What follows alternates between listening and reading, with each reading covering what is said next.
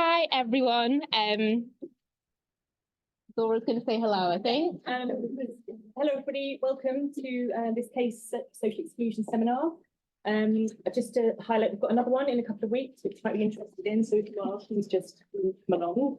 My name's Laura. I work here at CASE, and I'm going to hand over now to Sarah from the Child Poverty Action Group, who's going to chair today's event.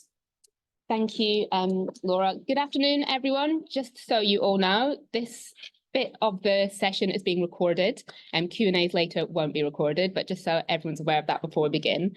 Thank you so much for joining us on this slightly rainy day that doesn't work for those of us blessed with bountiful hair, but we're here anyway, to talk about why and how we want to end child poverty here in the UK, which also happens to be the name of our most recent publication from CPAG, several of the authors of which are on the panel and others are in the audience. We're in very good company with a stellar panel who I'll introduce shortly, and a bit of a packed agenda, so I won't take up too much of your time just now. But it's just kind of remembering, before we get into detail, why we're here. And that is because there are 4 million children in the UK living in poverty. 36% of children living in a family where somebody has a disability is living in poverty, and 48% of children from a Black or minoritized ethnic family or background are living in poverty. On days like today, it maybe means going to school and being wet all day because your coat isn't strong enough to keep the rain out. It means maybe your mum and dad not having their food to eat in the evening because they've given the kids a warm meal instead of having anything themselves. Or in half term, which some of us are on as well, it's that mental anguish of not knowing what you can do with the kids when you can't leave the house, when they can't see their friends.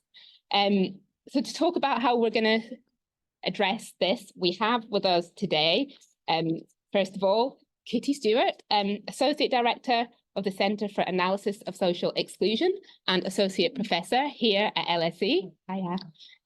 We have Alison Garnham, who is Chief Executive of CPAG, both drafted and wrote the Ending Child Poverty book that we're here to discuss. And we have Alison McGovern, who's MP for Wirral South and Shadow Minister for Work and Pensions. The agenda is going to be Kitty first, talking to us about what the evidence tells us about child poverty. Alison, my Alison, as I call her, will follow up with the solutions to child poverty. And then Labour's Alison will talk about how a Labour government might respond to what we've heard from the following speakers. As I say, there will then be Q&A. We've got a lot of people online. If you're joining us online, thank you. You made the right weather choice. Please do put any questions into the Q&A chat. I am going to get WhatsApp them, which is why I'll be looking at my phone, and we will try to make sure we cover as much as we possibly can. So without any further ado, Kitty. Thank you very much. Thanks, everybody, for coming. It's terrific to have so many here in the room and online. So,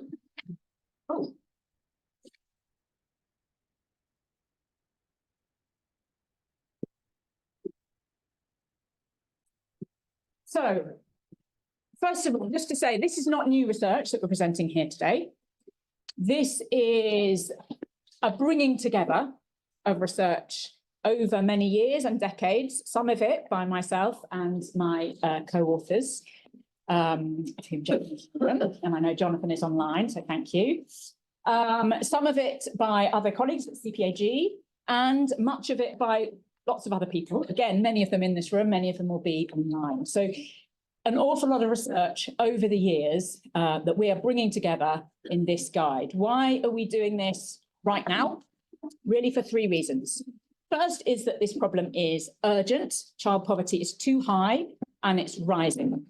And this matters for children's lives, it matters for their future opportunities, and it's really, really crucial that we do something about it.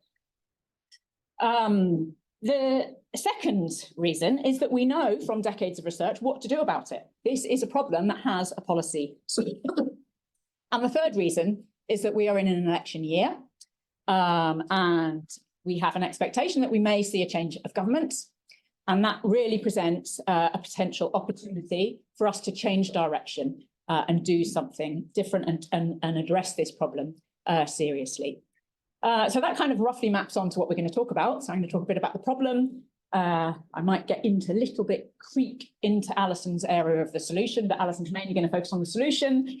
And then we're really glad to have Ali McGovern here to talk, to give some reflections from a Labour perspective. And we should say that we invited the SNP, we invited the Conservative Party, so, but they were unable to make. Okay, so first of all, why must we end child poverty? First of all, there is a very strong moral case that we've got to do something about it. Child poverty blights children's lives. The Chancellor of the Exchequer at the time, in the early 2000s, Gordon Brown, said that child poverty was a scar on the soul of Britain. And that remains the case today. Sarah's talked a little bit about what it may mean to live in poverty. It may mean going to school hungry, going to school wearing shoes that are too small or that have holes in them, not being able to participate in the whole school curriculum because of the costs. It may mean coming home to a cold house, a damp house, not being able to invite a friend to tea, not being able to go to a friend's birthday party because you don't have a present. And it's very likely to mean not joining in after school clubs, not doing football, not doing swimming, because those are luxuries for many families that they simply cannot consider affording. So the fact that we have millions of children in this country who experience some or all of the things that we've described should probably be enough in itself for us to act in a rich country like Britain.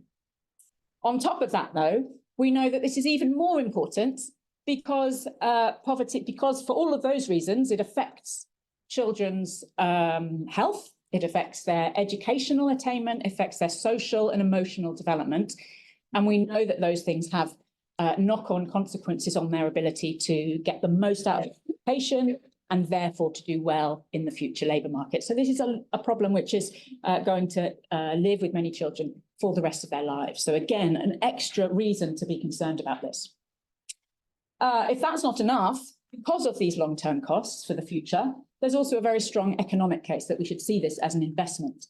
So Donald Hirsch and others have done calculations, quite conservative ones, of what the estimated cost of poverty is in a given year because of the extra cost for the health service, to the benefit system, the lost tax earnings because children haven't done as well as they could have done. And that's estimated at £39 billion a year. So a strong moral case and a strong economic case too. The other reason we need to worry about this right now is that child poverty is rising. This shows us poverty rates against 60% of median income over the last 30 years. And you can see both on an after housing cost and a before housing cost basis. These rates were coming down, particularly before housing costs, and they are now rising again. Things got a bit better during the pandemic because the social security system stepped up and gave more money to families. But that was temporary, and we're now back on a trajectory where poverty is rising again. There are particularly sharp rises for children in some groups. So children living with a lone parent have seen sharper increases. And here I'm showing you children who live in families where there are 3 or more children. So children who have 2 or more siblings, you're seeing really sharp increases in their risk of poverty. In international terms, I'm sorry that these fonts are rather small because they've come from the report, but in international terms, there's the UK there. This is the OECD.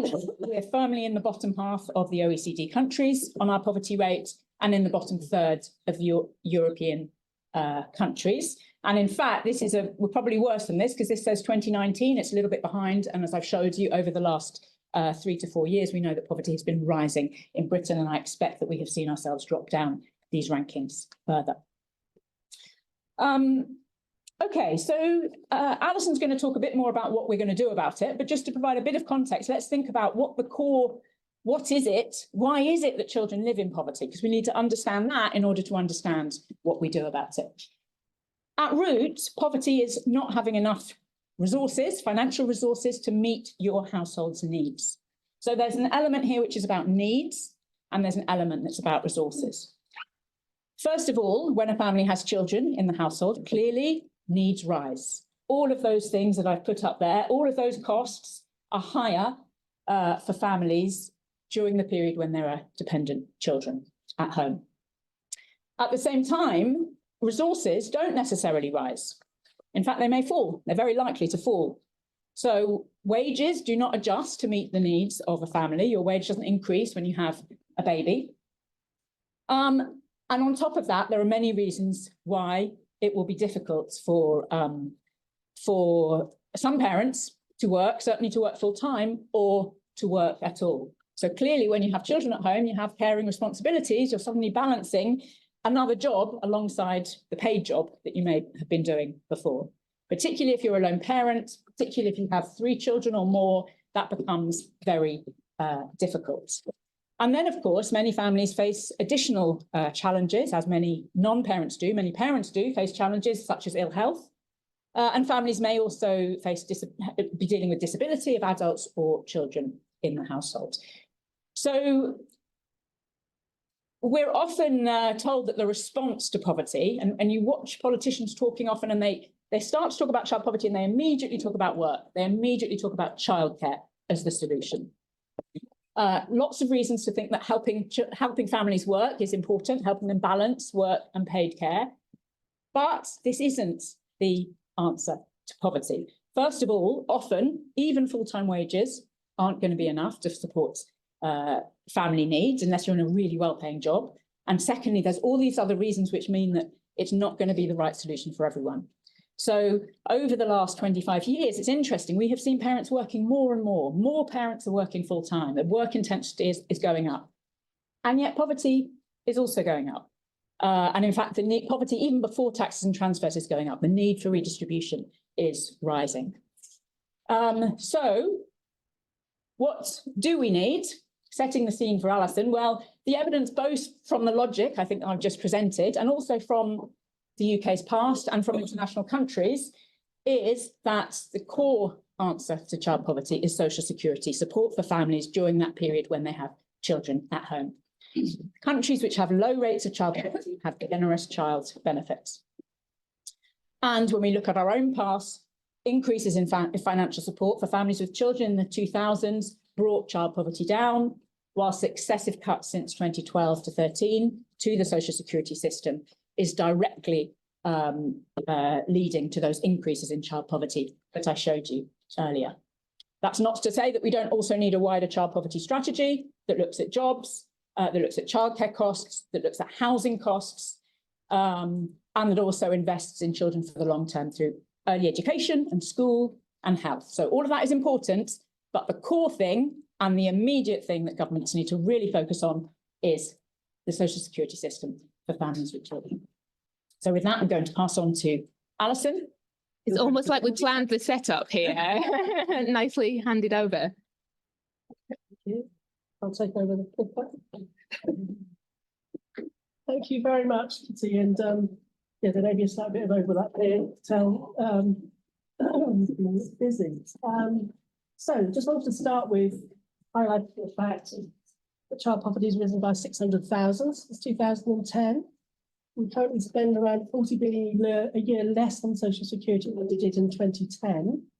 And child poverty is experienced disproportionately, as Sarah said earlier, by young children, children in Black and minority ethnic families, children in larger families, and by disabled children.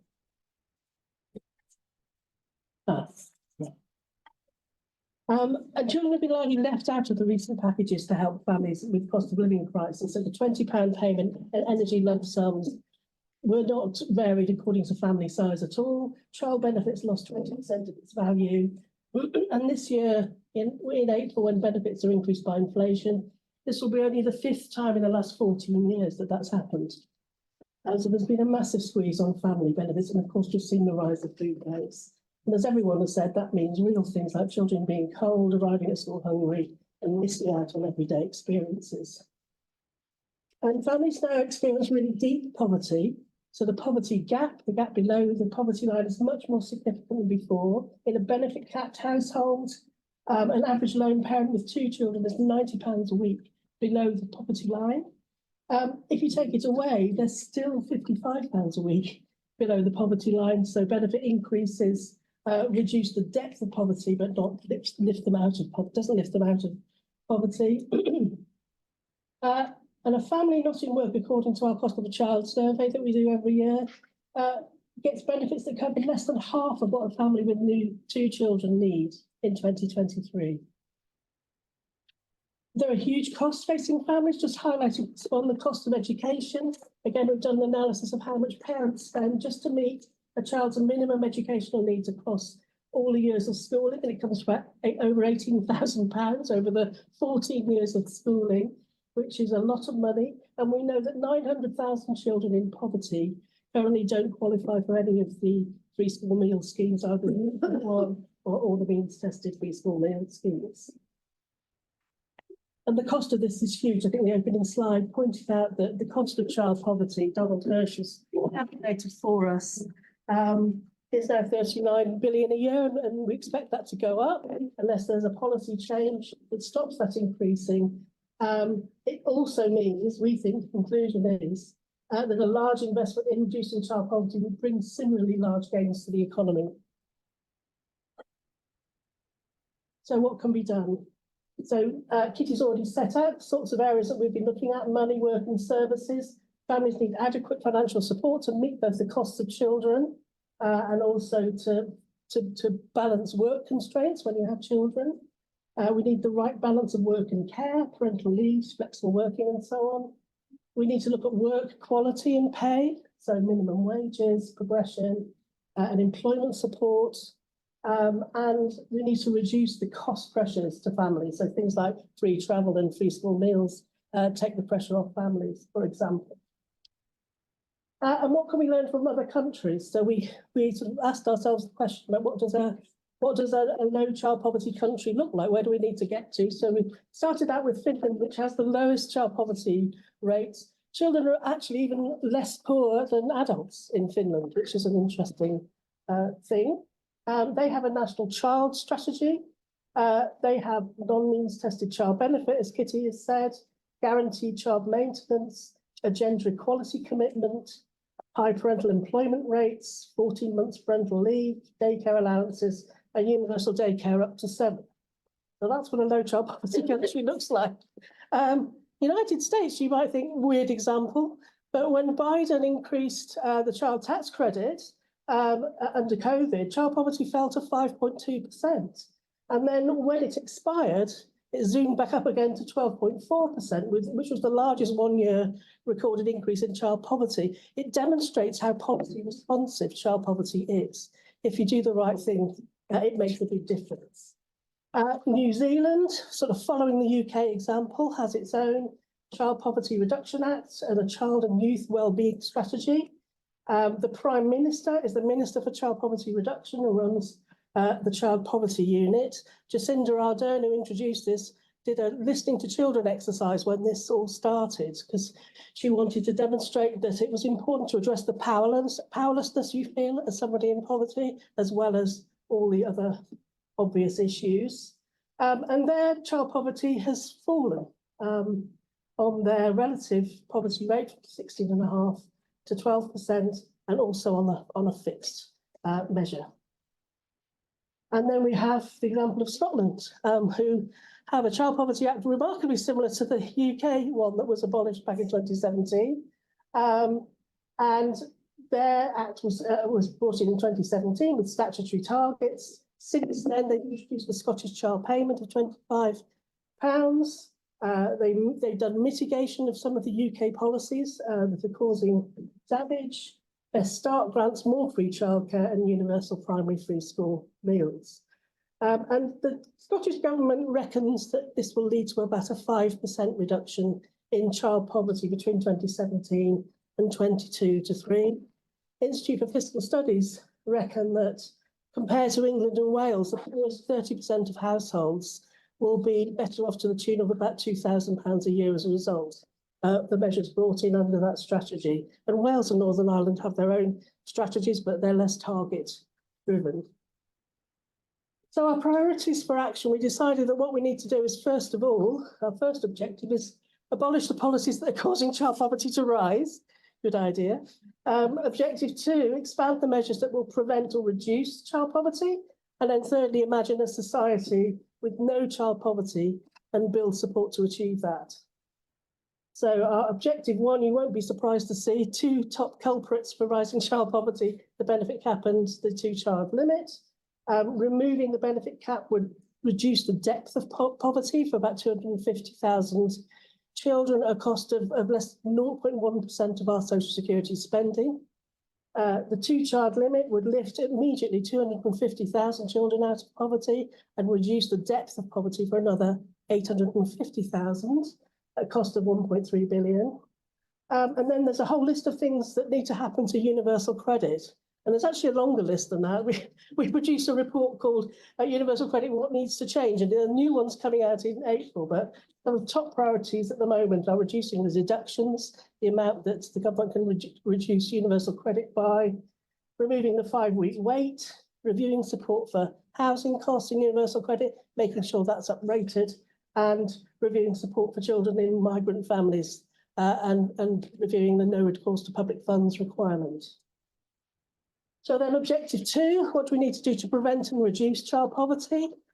And first of all, here is, as all the low child poverty countries show, we need to rescue our child benefits system and make it universal again. If we increased it by £20 a week per child, it would pull about 500,000 children out of poverty at a cost of about 10 billion. We need to regularly uprate benefits so we don't end up in a position we're in now again. We think that should be annually by inflation, by prices or earnings, whichever is the higher. We need to extend free school meals, first of all to all children on universal credit, and then eventually to make them universal. And that would cost 2 billion. And then there's childcare costs that Kitty's already addressed to. We think we should move towards a more universal system, increase the flow of child maintenance. We know from gingerbread that if all the families entitled to it received child maintenance, it would reduce child poverty in those families by about 60%. And then finally, raise the minimum wage.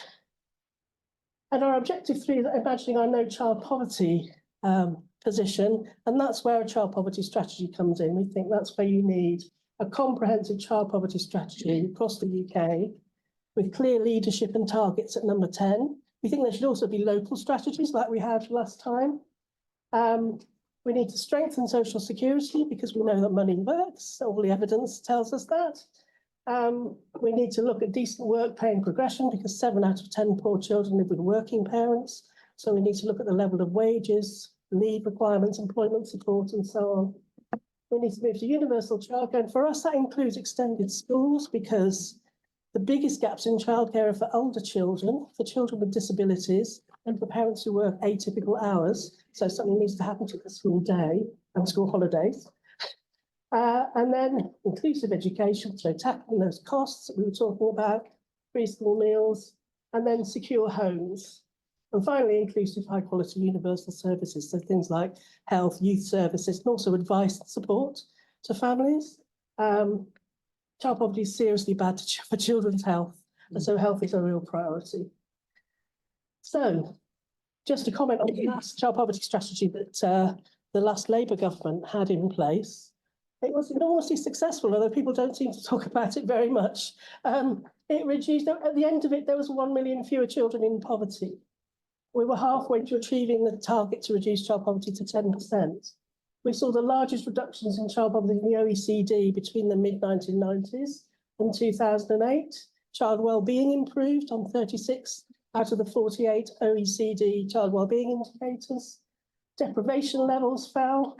And also we saw, as Kitty and others have pointed out in their work, we saw extra money leading to increased spending on fruit, vegetables, children's books, and less on alcohol and tobacco. So, we're nearly at the end.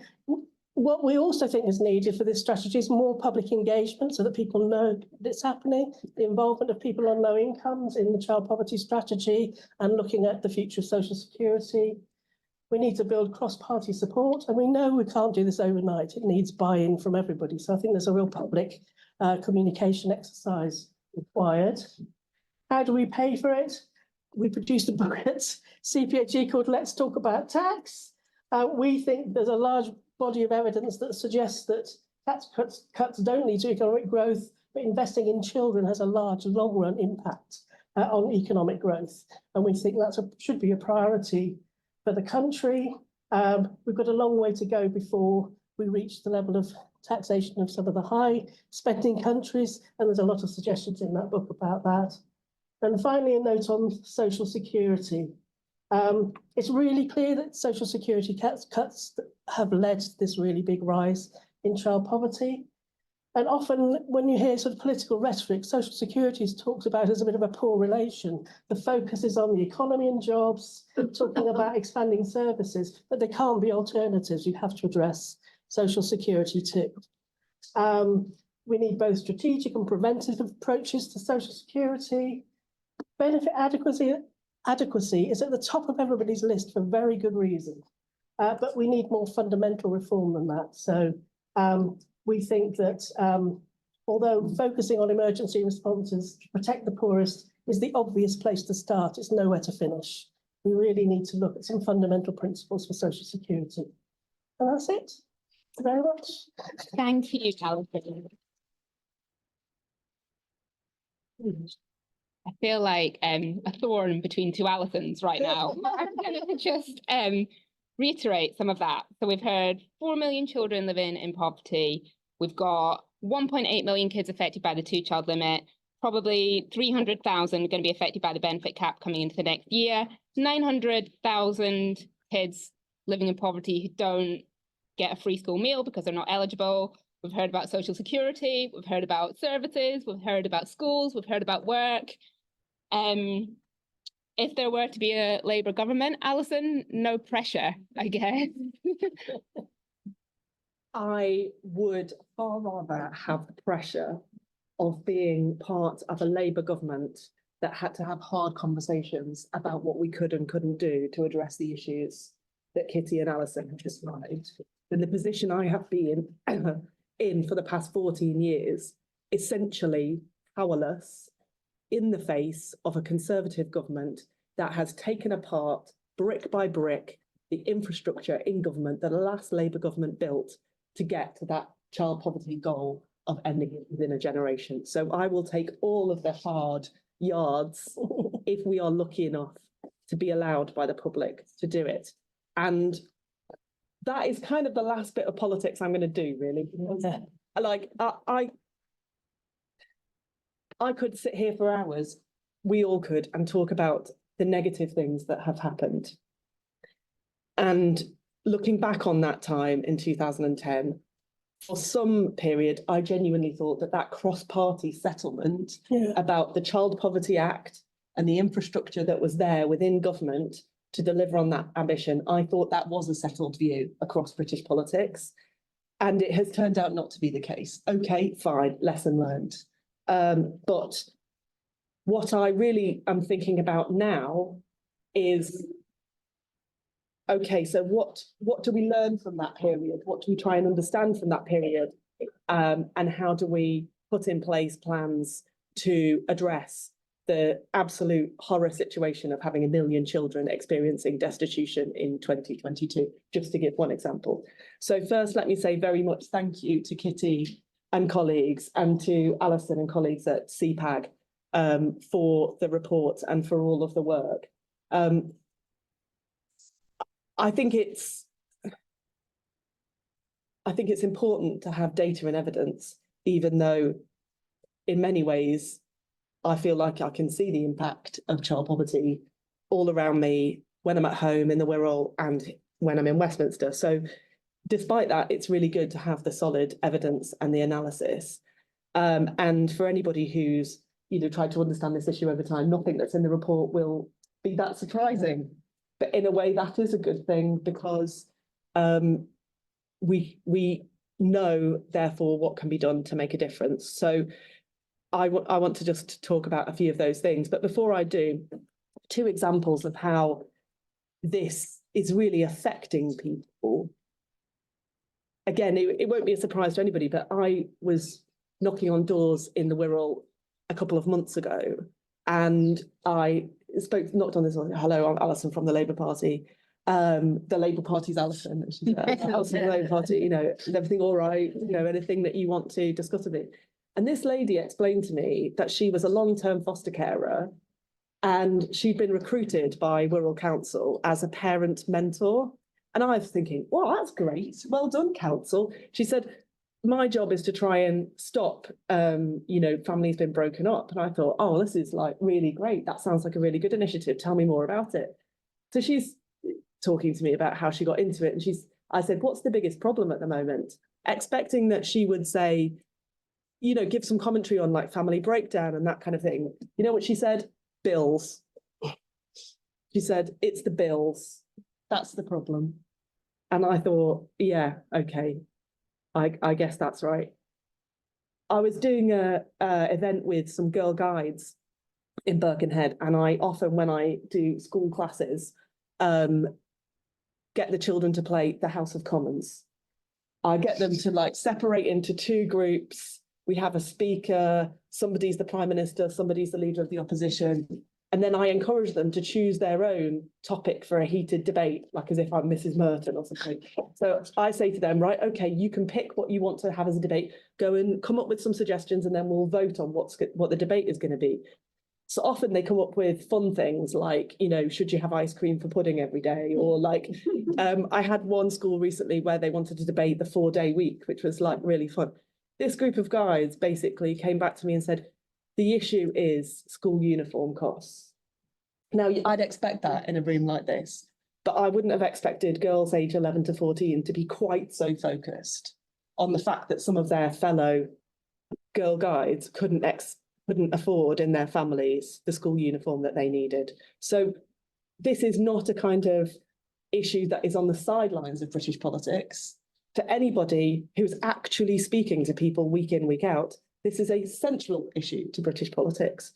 And with that in mind, I'm just going to run through 3 very quick points. Now, I should say, and no doubt my friends at the Conservative Party will listen back to the recording of this and cross-check everything I say for any issues that they might want to challenge me on. So hello to the people listening.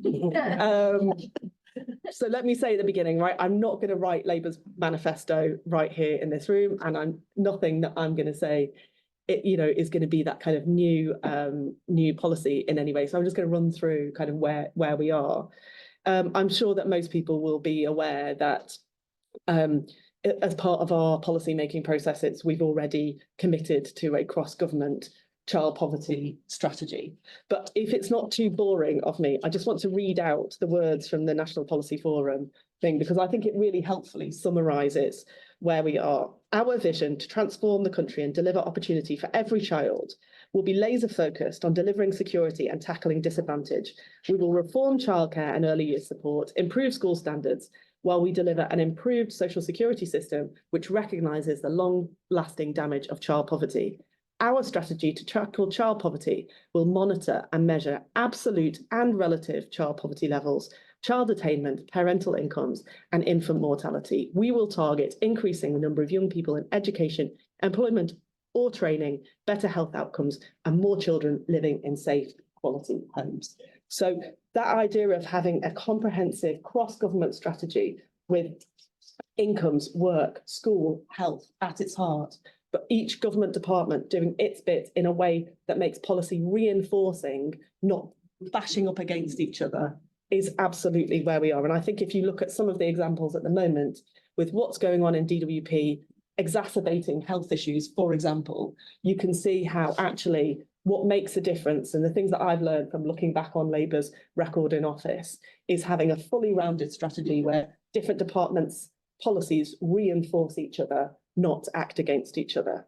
One of the things that Alison mentioned that I think is absolutely crucial is leadership. And having that leadership from the top really counts for something. And again, I won't get into the politics, because I'm sure it wouldn't be a surprise to anybody to know that I think that Gordon Brown and Tony Blair showed quite a bit of leadership, and that was quite good.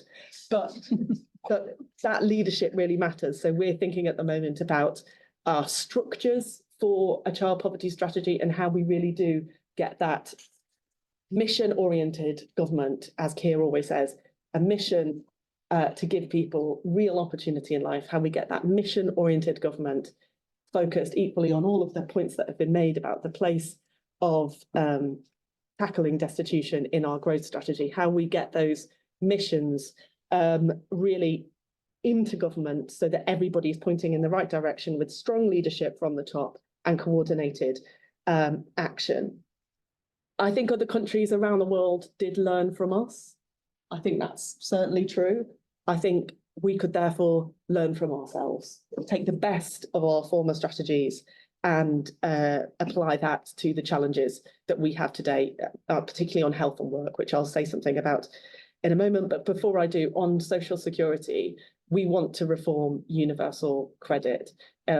I think back to what was promised in terms of universal credit and what it has actually delivered.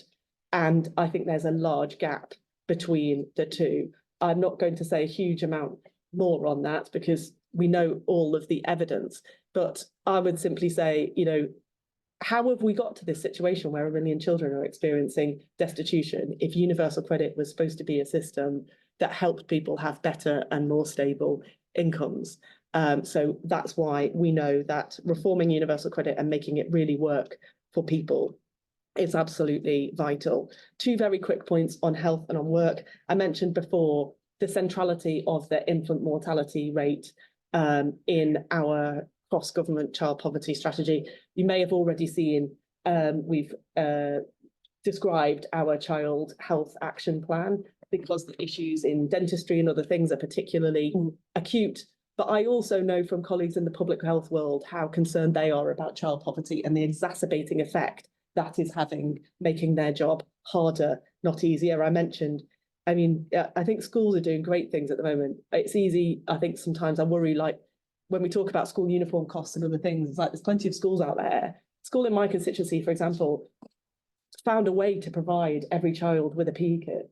The school just did it because they felt they needed to take that pressure off parents. Schools are doing a great thing, but I think as part of that cross-government strategy, we need to work out how to make teachers' lives easier, not harder, and people will know that we've already committed to funded breakfast clubs for that reason.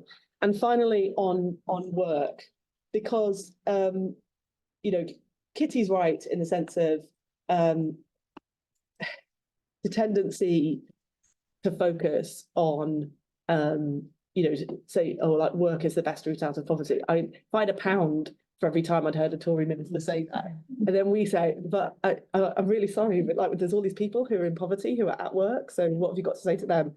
It feels like you're on this permanent kind of roundabout that you can't get off. However, being the Labour Party, I do think it's very important that we not just have a policy that we do have to have a proper real living wage so that people feel the benefit of economic growth in their pocket, but also that we reform job centres and employment support so that people get proper support and help. You know, it should be a deal. Of course, everybody has a responsibility to take up opportunities offered to them. Doesn't the government have a responsibility to give people real and genuine help? And that means a chance of a really good job where people can actually get into work and also progress. Because if you look at the progress that people are making in work at the moment, it's far too slow. People getting stuck in jobs that aren't paying enough, whilst we have skilled vacancies. And I think that is a problem, as well as, yeah, you know, it's the childcare system at the moment. Of course, we know it has inherent problems in it, and that's why Bridget has commissioned David Bell to investigate it and improve it, because we can't leave it as it is. But those things on health and work and schools aside, you know, in the end, this issue takes leadership. We know that we've got to have that priority and have that mission for all of us to take it on, because it is not acceptable to me, to anybody else in the Labour Party, and to